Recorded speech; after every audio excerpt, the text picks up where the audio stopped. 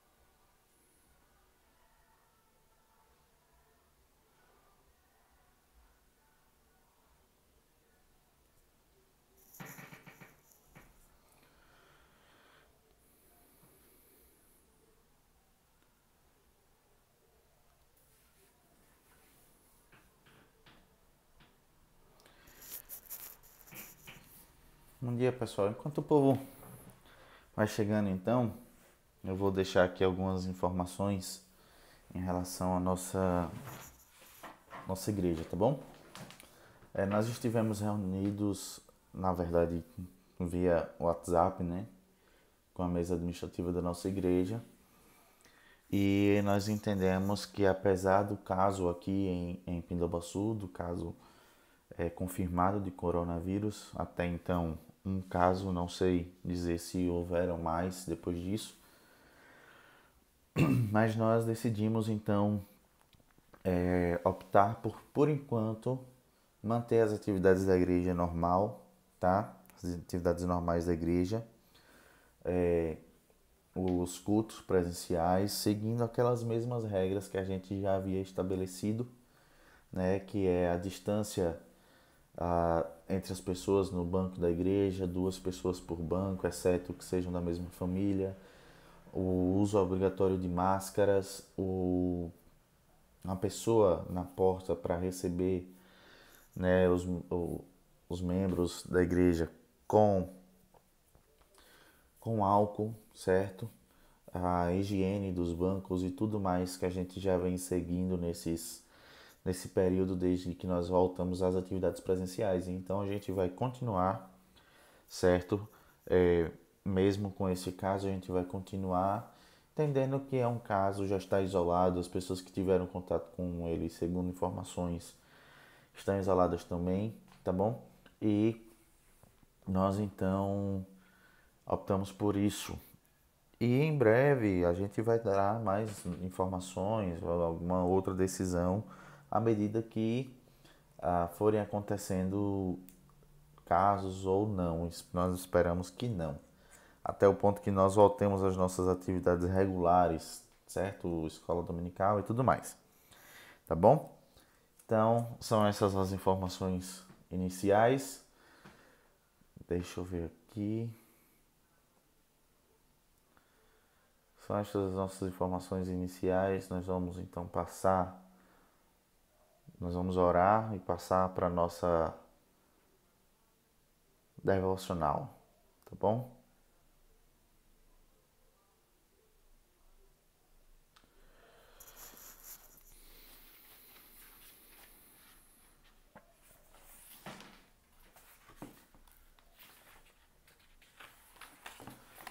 Nós vamos orar.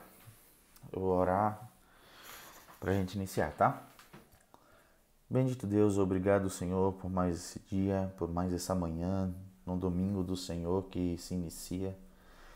Pai Santo, obrigado por mais uma vez podermos estar, ó Deus, reunidos por esta ferramenta, ó Senhor, para glorificar o Teu nome, para receber de Ti uma palavra, ó Pai, de esperança, de conforto, de encorajamento também diante das situações.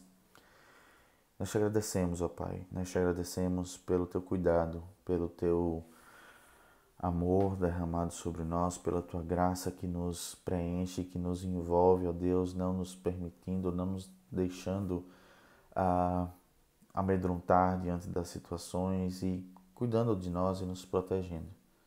Senhor, nós pedimos que o Senhor continue conosco, que o Senhor nos ajude, que o Senhor nos oriente neste momento de meditação na tua palavra e que tua graça, ó Senhor, nos conduza. Pai Santo, que o teu nome seja glorificado e que nós possamos receber essa tua palavra e guardar no nosso coração e praticá-la, ó Deus, e estar refletindo sobre tudo o que está acontecendo nessa oportunidade maravilhosa que o Senhor nos dá de reflexão, de parar e pensar e repensar as nossas vidas. Nos ajuda, Deus, em nome de Cristo Jesus. Amém. Então, meus irmãos, nós vamos abrir, peço que abram suas Bíblias,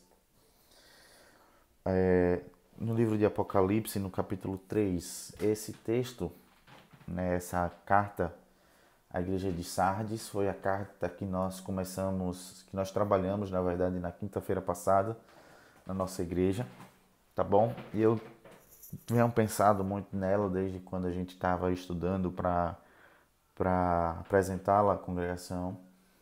E eu queria conversar, na verdade, e trazer algumas pequenas reflexões com os irmãos sobre os ensinamentos dessa carta, tá bom? Então, Apocalipse capítulo 3.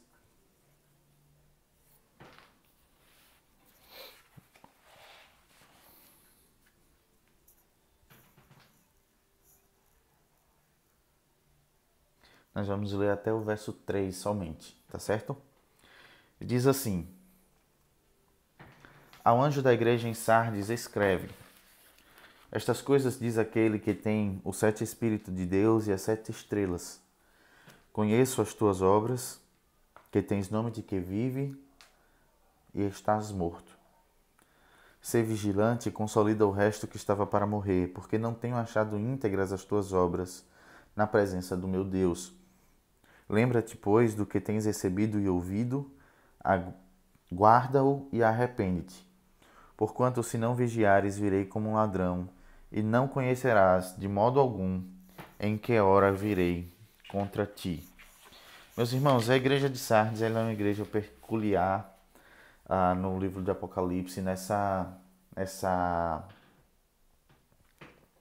nesse momento da história.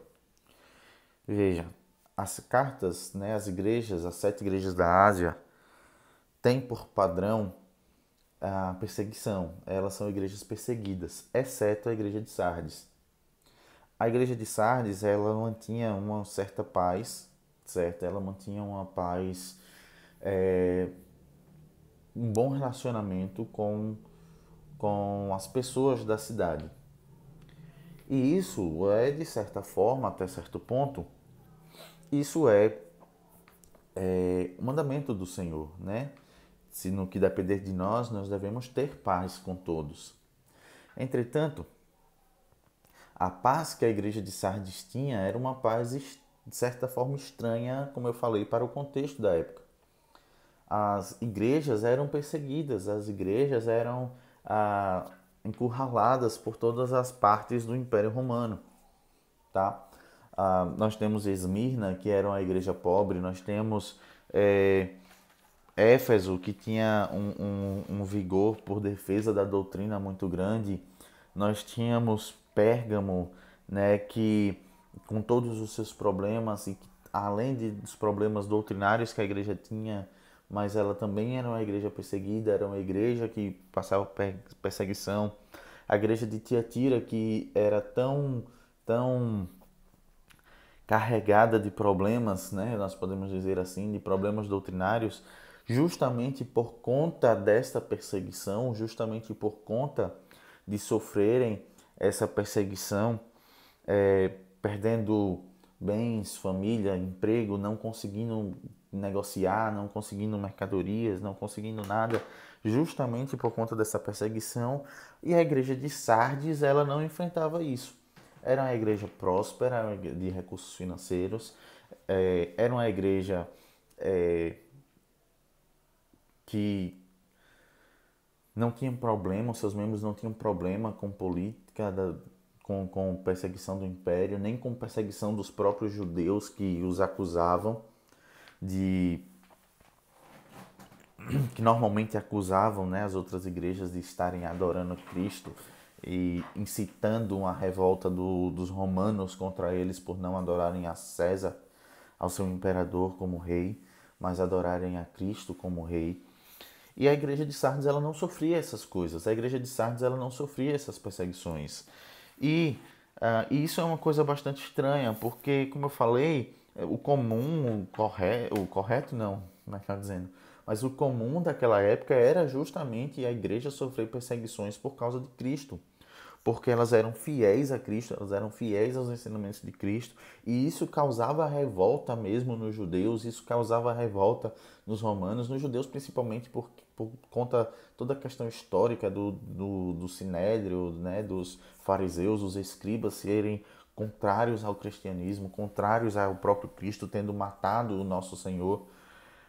E a gente vê que nesse período, nessa época, as igrejas perseguidas, sim, mas as igrejas elas continuavam a crescer. Se você lê o livro de Atos, você vai ver Lucas narrando que por toda parte a igreja crescia,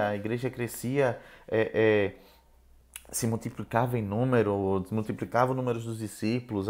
Atos 6 vai dizer que a mão do Senhor estava com eles e muitos crescendo, muitos crendo, melhor dizendo, se converteram ao Senhor, que as igrejas aumentavam em número, né, que a palavra do Senhor crescia e prevalecia poderosamente.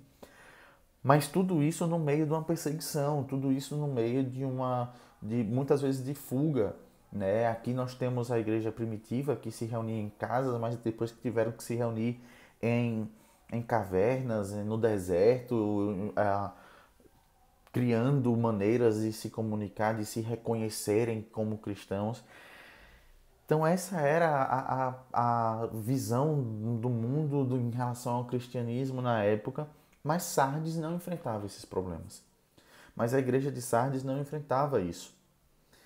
Ao ponto do Senhor Jesus dizer, olha, você tem fama de uma igreja, você tem fama, você tem nome de quem vive.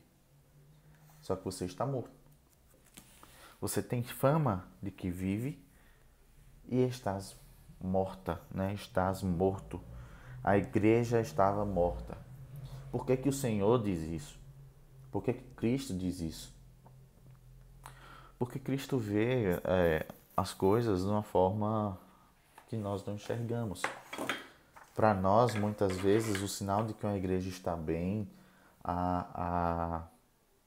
o termômetro que nós usamos para medir se uma igreja está bem, se a igreja está arrecadando bem, se a igreja, se os membros, né, se a igreja tem muitos membros, né, essa é a forma de se medir, né, como está o andamento de uma igreja. A verdade, tinha uma pegadinha, uma brincadeira lá no seminário, que quando a gente se encontrasse, a gente ia ver como está o nosso coração em relação ao ministério, se a gente fizesse 3 perguntas, né? A depender da gente fazer ou não essas 3 perguntas. Quantos membros a sua igreja tem? Quanto da sua igreja arrecada? E quanto você ganha? Era essa brincadeira lá no seminário. Só que isso, na verdade, essa era uma brincadeira, na verdade era um alerta pra gente. Para que a gente não focasse nessas coisas. Porque o número de membros da nossa igreja não significa o número de fiéis que a gente tem, que Cristo colocou na nossa mão. Muitas vezes não. O pastor Alisson, bom dia, Alisson. O pastor Alisson está dizendo que lembra dessa história.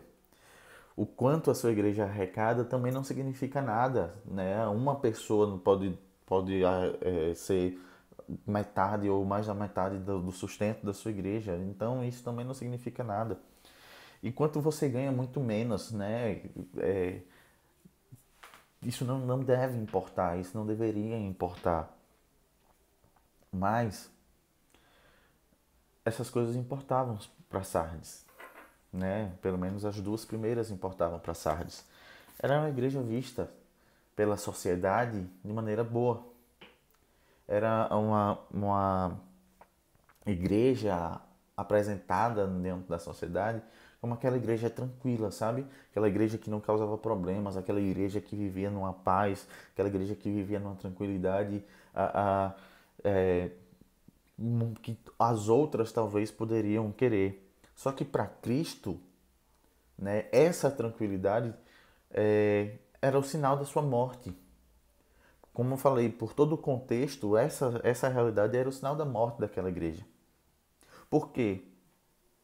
O contexto era perseguição. E quando a igreja não estava sendo perseguida, como é o caso de Sardes, será que era porque ela tinha, as pessoas ao redor tinham entendido quem era Cristo? Não, não era por causa disso. Porque Sardes, os judeus tinham um complexo de sinagogas. Os judeus, eles estavam ligados aos judeus de Jerusalém. O Império Romano tinha templos a Cibele, a Dionísio, a Heracles, a Zeus, ou seja, tinha templos pagãos naquela cidade, o paganismo era forte, o judaísmo era forte, a presença dos próprios judeus entre os tribunais da cidade era forte e a igreja tinha paz. Como era que isso funcionava? O que Deus, que Cristo está dizendo aqui para aquela igreja, chamando-os de mortos, é exatamente isso: vocês não são relevantes. Há um comentarista chamado William Hendrickson, ele vai dizer que aquela igreja gozava de uma paz, aquela igreja ela tinha o privilégio, entre aspas, de ter uma paz, mas era uma paz de um cemitério, era uma paz de um ambiente fúnebre, era a paz de um sepulcro, né? Se é que isso é, pode ser considerado paz. Mas por quê? Essa ideia, pela própria ideia de Cristo, pelo próprio ensinamento de Cristo, porque se existe uma paz nesse contexto, então é porque a igreja está morta, né? Ninguém persegue quem está morto, ninguém quer tomar bens à força de quem está morto, ninguém quer prender quem está morto, porque está morto, porque não tem vida em si, não é relevante em si. A igreja não causa temor, a igreja não causa espanto, a igreja não causa revolta por parte daqueles que são amigos do mundo e não amigos de Deus. A igreja, ela tinha, em Sardes, ela tinha a amizade do mundo. A igreja, ela tinha era bem vista pelo mundo. A igreja tinha o reconhecimento do mundo. Mas o reconhecimento do mundo, a amizade do mundo, a tranquilidade do mundo não é a amizade de Deus, não é a tranquilidade de Deus, não é a paz de Deus. Muito pelo contrário. A igreja, assim, é uma igreja morta. Se a gente fosse trazer para o nosso contexto, né, como eu falei na quinta-feira lá na igreja, se a gente fosse trazer para os nossos dias, ela não é uma igreja relevante. Ela não é uma igreja que, se ela não existisse, faria diferença. E essa, meus irmãos, esse deve ser, na verdade, nosso termômetro deve ser exatamente a palavra de Deus. Porque quando nós seguimos a palavra de Deus, quando isso não é de hoje, isso não é do tempo dos reformadores, isso é desde que o mundo é mundo. Isso é desde que a igreja foi chamada à existência lá em Gênesis, lá no Éden com Adão, lá no Éden com Eva, mesmo depois da queda, com Sete, com Enoque, com Noé, desde que o mundo é mundo, desde que a igreja existe, desde que o povo de Deus existe. Seguir os ensinamentos de Deus, seguir os mandamentos de Cristo, seguir a lei do Senhor, causa revolta em quem não é do Senhor. Causa intriga com quem não é do Senhor. Causa confronto com quem não é do Senhor. E eu sei, nós evitamos os confrontos. Nós devemos evitar os confrontos. Mas nós não podemos evitar os confrontos. Nós não devemos evitar os confrontos em detrimento da verdade. Eu estava lendo Eu estava lendo hoje o devocional de John Piper. Esse devocional aqui, acho que vai ficar ao contrário aí para vocês, mas é o Penetrado pela Palavra de John Piper. E no devocional de hoje ele diz o seguinte: somos ensinados em Romanos 12:18: se possível, quanto depender de vós, tende paz com todos os homens. Mas não somos ensinados a sacrificar a verdade em favor da paz. Paulo disse: ainda que nós ou mesmo um anjo vindo do céu vos pregue evangelho que vá além do que vos tenho pregado, que seja anátema. Gálatas 1, versículo 8. E se houvesse tanto conflito e hostilidade que os pregadores do evangelho fossem aprisionados, esse momento de notícias más seria a ocasião de triunfo do evangelho. Por quê? Paulo responde: estou sofrendo até algemas como malfeitor. Contudo, a palavra de Deus não está algemada. Contudo, a palavra de Deus não está algemada. Aquela igreja foi chamada por Cristo de morta, porque esse conflito necessário em defesa da verdade, em defesa do evangelho, o causar incômodo, não por estar procurando causar incômodo, mas simplesmente por seguir a palavra de Deus. Isso é que torna uma igreja relevante. A presença da igreja numa cidade, ela deve causar transformação naquela cidade ou revolta daquela cidade contra a igreja. Porque é isso que nós somos chamados para fazer. Nós somos chamados para viver a palavra do Senhor. Nós somos chamados para viver Cristo em nós. Nós somos chamados para andar como Cristo andou, porque Ele está em nós e Ele nos ajuda a fazer isso. Nós somos chamados a termos paz com Deus e não a termos paz com o mundo. Muito maior deve ser a nossa esperança, muito maior deve ser a nossa vontade de adorar, de agradar ao nosso Senhor, do que agradar ao vizinho que está do nosso lado que não é crente, a agradar o nosso parente que está do nosso lado que não é crente, a fazer uma coisa que nós não devemos fazer para agradar até mesmo os nossos pais, se porventura não forem crentes. Nós somos criados, nós somos muito buscados pelo Senhor, transformados pelo Senhor para agradar ao Senhor. A nossa forma de demonstrar o nosso amor por Deus em resposta ao amor que Ele teve por nós, morrendo naquela cruz e nos salvando e nos dando vida, porque nós éramos mortos como a igreja de Sardes, mas Ele nos deu vida.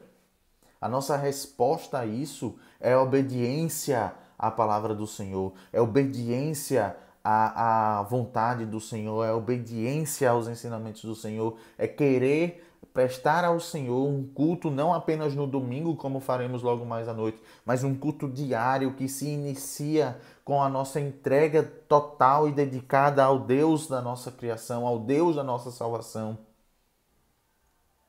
E com isso, causar incômodo.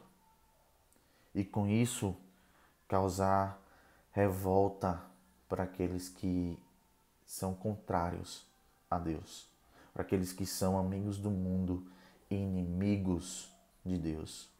Meus irmãos, veja como isso é profundo, veja como isso é terrível, porque o chamado de Cristo para a igreja de Sardes é o mesmo chamado de Cristo para nós, para as nossas vidas.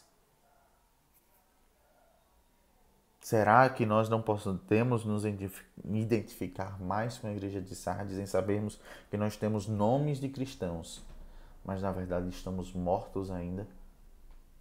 Por termos nomes de sermos chamados e nos autoproclamarmos crentes, mas termos a nossa vida como uma vida mundana, uma vida entregue a uma amizade com o mundo, uma amizade com o nosso próprio pecado. O chamado de Cristo àquela igreja, no versículo 3, é um alerta, um chamado ao arrependimento, sim, mas também é um aviso. Lembra-te, pois, do que tens recebido e ouvido, guarda-o e arrepende-te. Nós ouvimos e nós recebemos o Evangelho do Senhor Jesus Cristo. Nós temos os ensinamentos do Senhor Jesus Cristo nas nossas mãos. O lembrar é o chamado à reflexão mesmo. Será que eu sou morto? Será que eu vivo como morto, por mais que isso seja estranho de se dizer, mas será que eu vivo como uma pessoa morta? Espiritualmente morta, morta para Deus? Lembra-te, pois, do que tens recebido e ouvido, daquilo que você recebeu de ensinamento, daquilo que você escuta. Guarda-o e não guardar como um livro aqui na estante, mas guarda-o no seu coração para praticar. Pratica e principalmente arrepende-te. Principalmente se arrependa da forma, do jeito que nós temos vivido. Porquanto, e aqui vem o alerta, se não vigiares, virei como um ladrão. Não se sabe o dia, não se sabe a hora, mas ele virá. Virá como um ladrão. E não conhecerás, de modo algum, em que hora virei contra ti. Nós podemos não enfrentar o mundo. Nós podemos ser amigos do mundo. Nós podemos escolher viver uma vida de tranquilidade, uma vida de harmonia com o mundo. Mas se nós escolhermos essa vida, nós enfrentaremos a Deus. Porque, como eu falei, amigos do mundo, inimigos de Deus. Amigos da carne, inimigo de Deus. E ele vem. E os inimigos de Deus serão destruídos. E ele mesmo fará isso. Então, o alerta é um chamado para a urgência também. O fato de que ele vem contra nós deve nos amedrontar, deve nos causar pânico, deve nos causar medo se nós não estivermos nele. Mas o fato dele vir como um ladrão deve nos chamar a atenção para percebermos que não há tempo. Não há tempo, não há tempo para que eu viva a vida do jeito que eu quiser e quando eu for velho eu me arrependa daquilo que eu fiz. A minha vida eu ainda tenho tanto para viver antes de ser crente. Não, você tem tanto para morrer, né? Antes de você se entregar de uma vez por todas ao Senhor Jesus Cristo, de mudar a sua vida, de arrepender, de mudar a sua mente. E de fato, esse tempo pode não existir. Pode ser amanhã. Pode ser amanhã o dia que o Senhor virá contra você e você vai morrer. E como inimigo de Deus será lançado no inferno.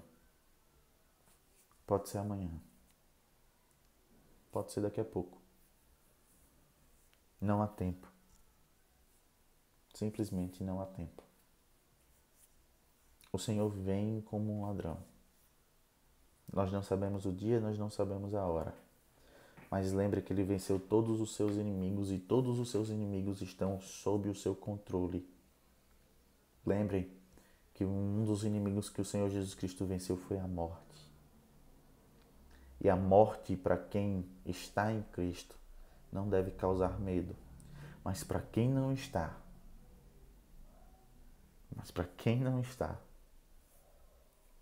deve fazer estremecer até mesmo o último fio de cabelo. A igreja de Sardes tinha ainda algumas pessoas, algumas poucas, as quais o Senhor conhece e sempre conheceu pelo nome, individualmente. Essas que se mantinham firmes, essas que se mantinham alertas e vigilantes, e que o Senhor prometeu que seriam vestidos com paz, seriam vestidos com pureza e santidade, vestiduras brancas, e andariam lado a lado com Deus, e governariam lado a lado com Deus. Meus irmãos, quem nós somos? Quem nós somos como igreja? Porque uma igreja, vocês sabem disso, vocês estão cansados de ouvir disso. Uma igreja não são quatro paredes, isso é um templo. Uma igreja não são Uma igreja não é uma estrutura física, não é um nome, não é uma denominação. Isso é exatamente isso. É um nome, é uma denominação, é uma estrutura física. Acabou. Nós somos a igreja.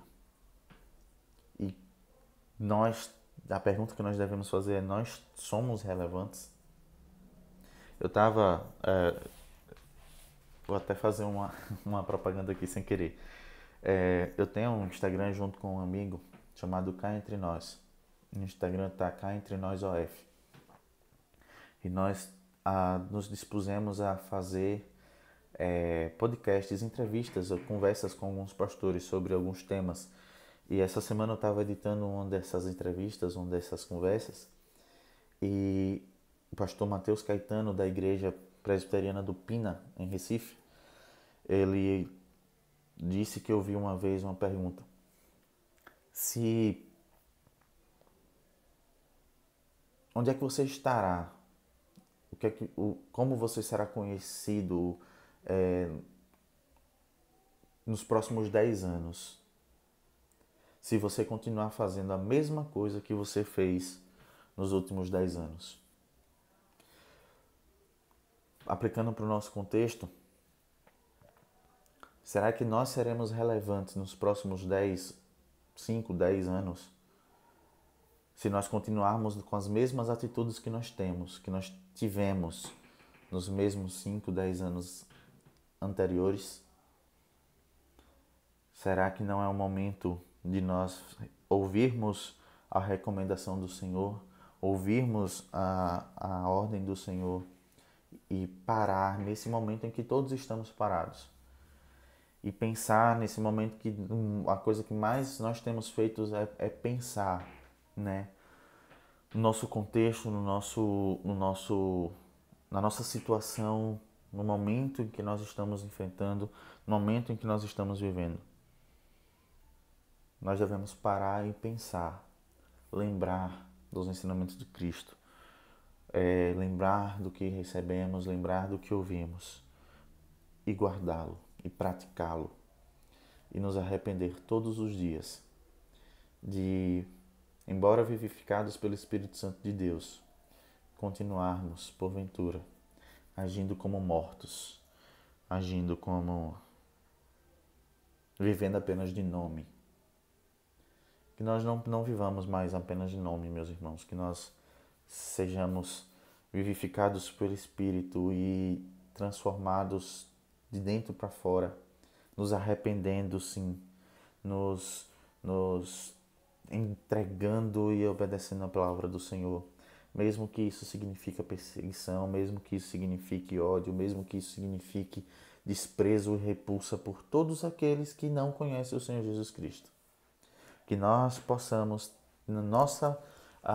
no ponto que nos cabe, ter paz com todos, sim, mas que a nossa vida cause incômodo, que a nossa vida em Cristo cause incômodo, cause talvez até mesmo transtornos, mas que também, em meio de tudo isso, por causa de uma pessoa, talvez no máximo, em algum momento possa causar transformação, porque nós somos o livro aberto, nós somos o exemplo da transformação que Cristo pode fazer, que Cristo pode efetuar na vida de uma pessoa.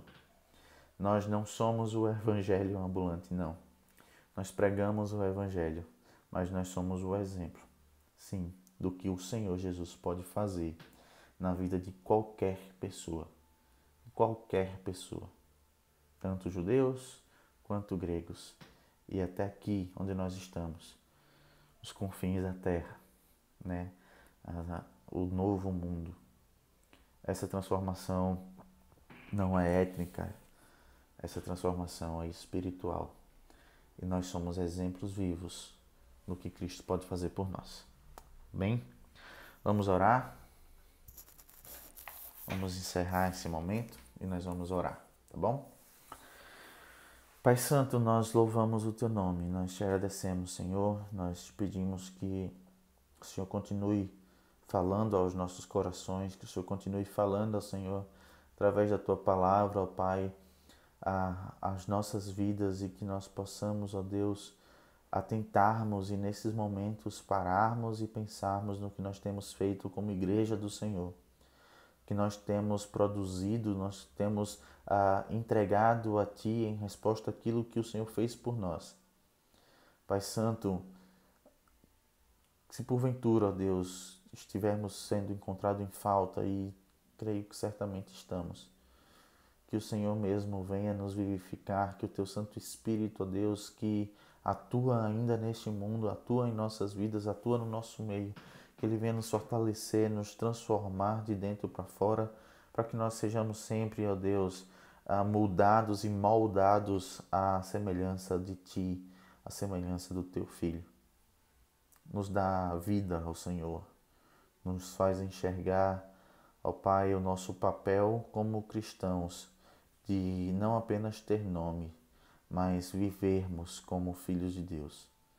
Senhor, nos protege de toda a perseguição, de todos os enfrentamentos, de todos os conflitos, ó Senhor, que porventura venham sobre nós, mas, ó Deus, uma vez vindo, nos dê coragem para defender, ó Deus, aquilo que nós cremos, para dar a razão da nossa fé a quem quer que nos peça. Nos abençoa, Deus, em nome de Cristo Jesus. Amém. Amém. Irmãos, vamos continuar orando, tá? Vamos continuar orando sobre essa doença, né? Sobre a cura, que seja achada logo. Peço que os irmãos também estejam orando pelas pessoas que estão infectadas. Nós não sabemos quem são, nós às vezes não conhecemos, né, os seus nomes, mas o Senhor sabe, o Senhor os conhece e o Senhor pode fazer por eles aquilo que nós ainda não podemos, tá bom? Então vamos continuar orando. E até mais à noite, certo? Às 19h30 nós temos o culto lá no templo da nossa congregação, tá bom? Você está convidado. Lembre apenas de levar sua máscara, tá certo? Deus abençoe a todos e um bom dia, um bom descanso nesse domingo do Senhor. Até mais.